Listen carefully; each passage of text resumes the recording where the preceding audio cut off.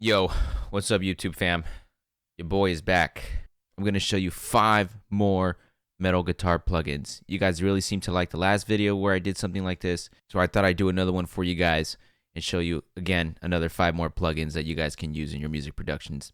But before we get into today's video, if you're a metal guitar player and you're looking to take your music production skills to the next level, I actually created an online course specifically for metal guitar players who want to learn how to produce their own songs. I show you guys how to record yourself, how to mix, how to master, how to program drums, and how to program bass. If this sounds like something you guys are interested in, check out the link in the description or check out the pinned comment below. All right, now let's get to the video. All right, first on our list is a multiband compressor. Now, I'm sure you guys have seen this on YouTube, or if you haven't, and this is the first time you're seeing it, the way you use a multiband compressor on guitars is to control your palm mutes. So you don't let it really touch your highs, your mids, and your high mids, but your low mids and your low end, it clamps down on that so you guys can really get a tight, punchy sound when the palm mutes hit, but it doesn't, blow up your buses or sound really muddy or farty. So I'm going to demonstrate this, and I want you to pay attention to this area here. And I want you to see it during the palm mutes, how it kicks in, and it kind of controls that low end. So let's hear it in context, and then I'm going to solo it, and then you'll hear it out of context.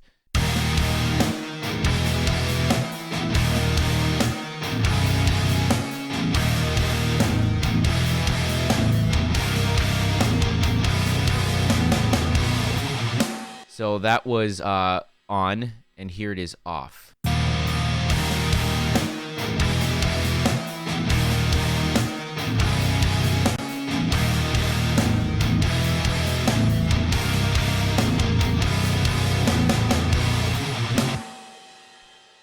So if you guys were paying attention, you would hear that the palm mutes start blooming in a way. It's like that's the only way I can describe it. Like they bloom out, but like in a way that I don't really particularly feel serves the mix. It kind of steps all over everything else when they kick in.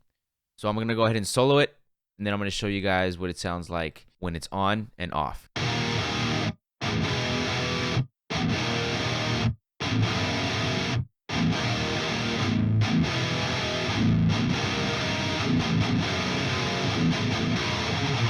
So the area, you're trying to control is like this area.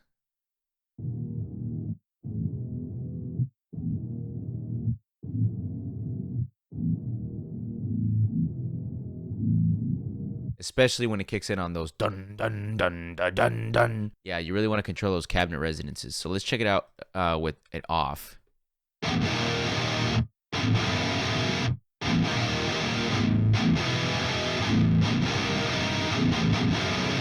I'll play it for you guys one more time on.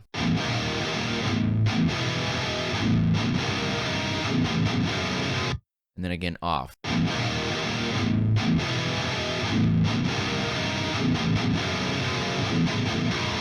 So yeah, that's a multiband compressor.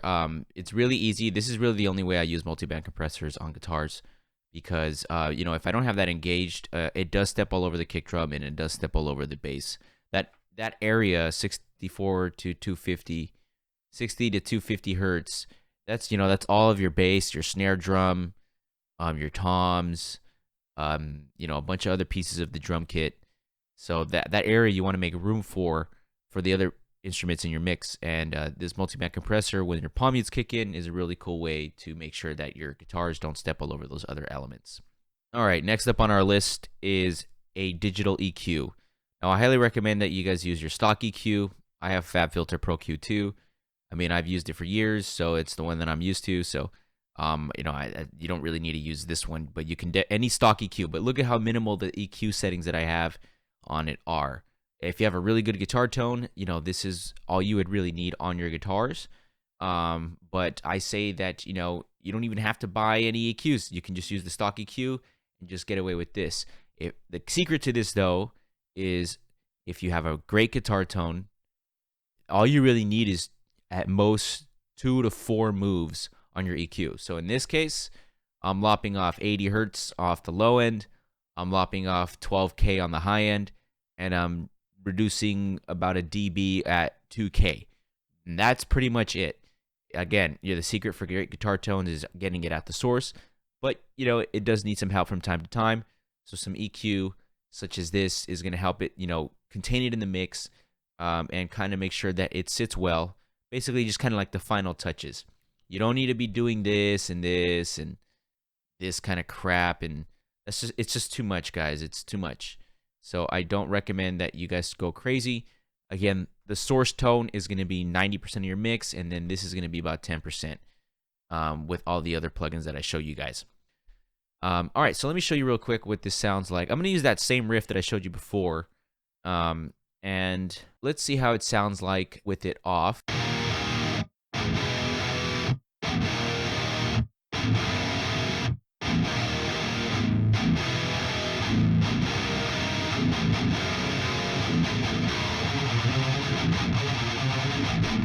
And I mean, if I turn it on, you're not going to really hear a difference in the guitar tone. But you just pay attention to like the low end here, a bit of the high end here, and then this mid range. And I'm going to solo each band so you guys can kind of hear what I'm talking about.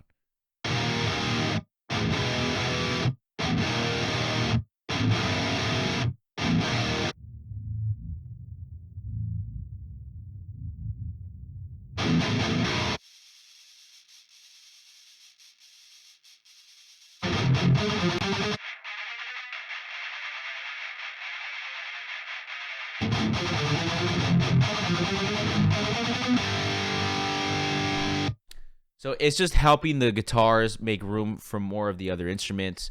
You don't really need much at 80. You can go down as low as 60, but this is a low tuned song, so I do need to move the filter up to control those cabinet resonances. This one's especially important. This low end part is especially important. 12K, you get to keep all the detail, but at 12K, you at least still leave room for these cymbals, which are typically up at 16K and above.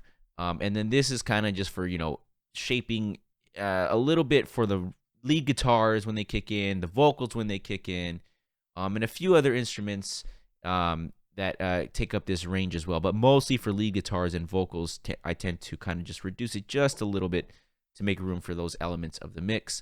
But if you really pay attention, there isn't much of a difference in the guitar tone. So I'm going to play for you guys one more time with it on, and then I'm going to play with it off. And I'm going to switch back and forth, and you won't really hear a big difference. So here it is on and off as I go through it.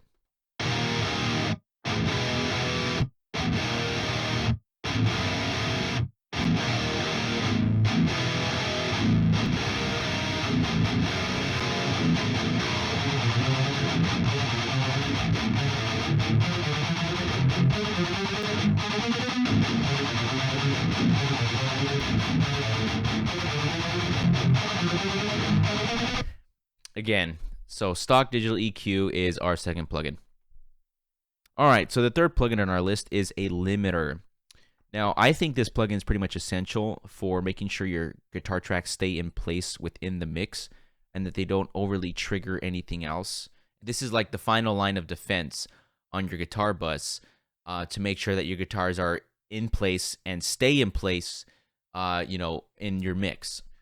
So we're going to use that same riff again. And it also kind of acts like the multiband compressor, where it controls the palm mutes by kind of ducking them down as well.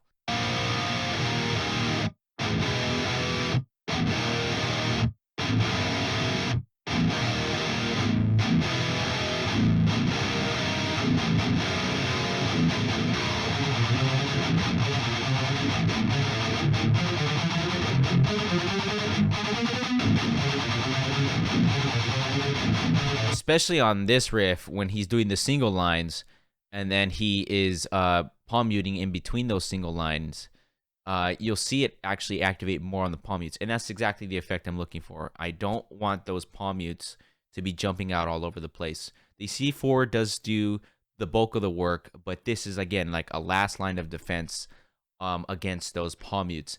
And I tend to use this a lot on lead guitar as well to make the solos really even, and I do limit my lead guitars quite a bit, actually. So here's the lead guitar example. I limit the lead guitars because it actually makes it sound like the player was a lot more consistent.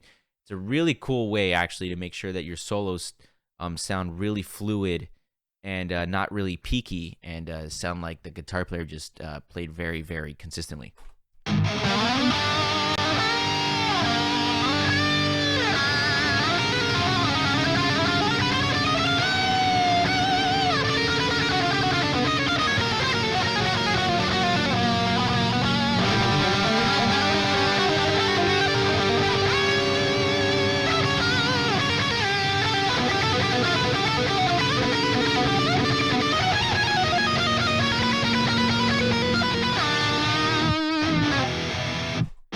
Super sick. I don't remember where I learned that trick, limiting my solos, but I learned it and it works out great and it makes your solo sound really even and really smooth.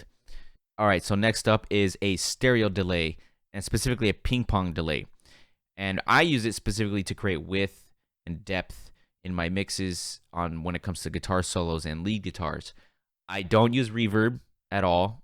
I don't like reverb on solos. I don't know. I don't like it. Delay to me is like clean reverb.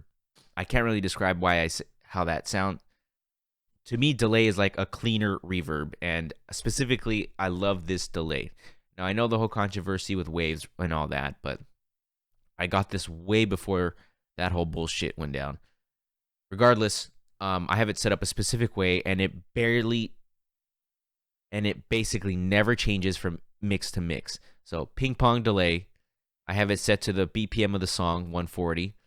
I have it on tape mode, so it kind of sounds like it's taped out, running through a tape machine. And then I have it high passed at 160 hertz and low passed at 4K. So it basically just gives me all the mid-range, none of the high end, and none of the low end. And it creates this really cool width sound when it comes to solos. So I'm going to go ahead and show you what that sounds like.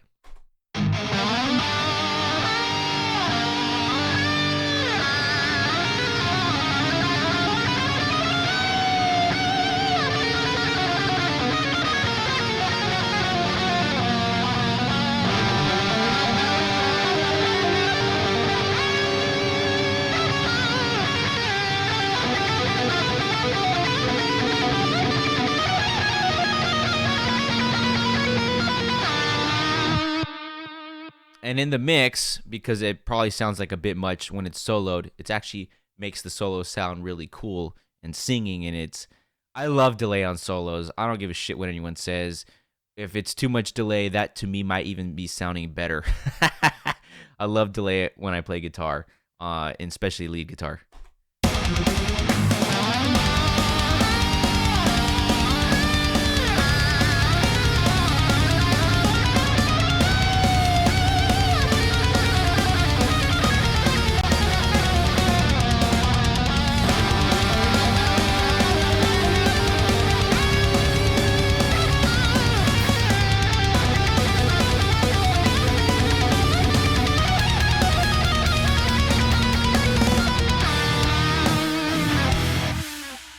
Delay, bro.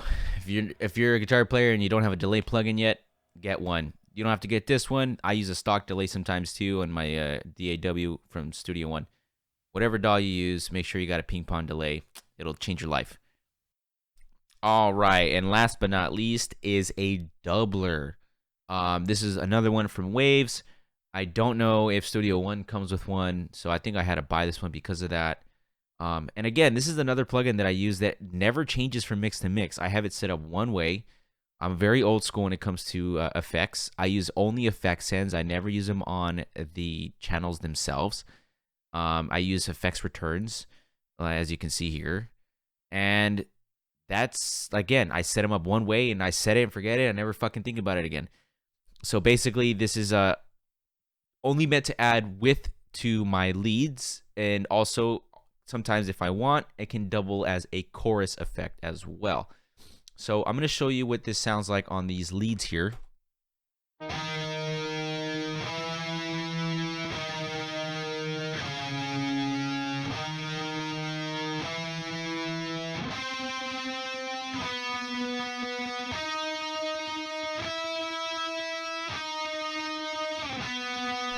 It's extremely subtle. I'm going to actually increase the effect for you guys so you guys can hear it even more exaggerated.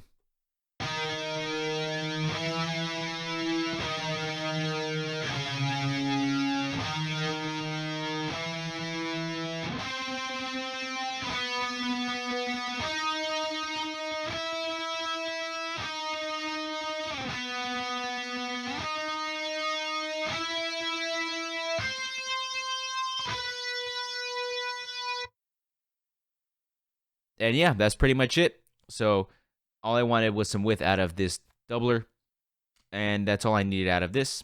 But it could also double as a chorus effect if you shove a lot of guitar into it and increase the input to the doubler.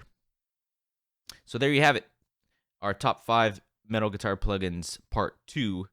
And I really think if you guys get the ones that I showed you in the previous video, plus the new ones that I'm showing you here, you guys can pretty much be ready to go and record anything that you guys have and get some pretty decent sounding productions on your own. Now, if you enjoyed this video, please consider giving it a thumbs up and subscribing to my channel for more content like this. And don't forget to hit the notification bell so you guys can never miss a video. Thanks again for watching, and I'll see you in the next one. Peace.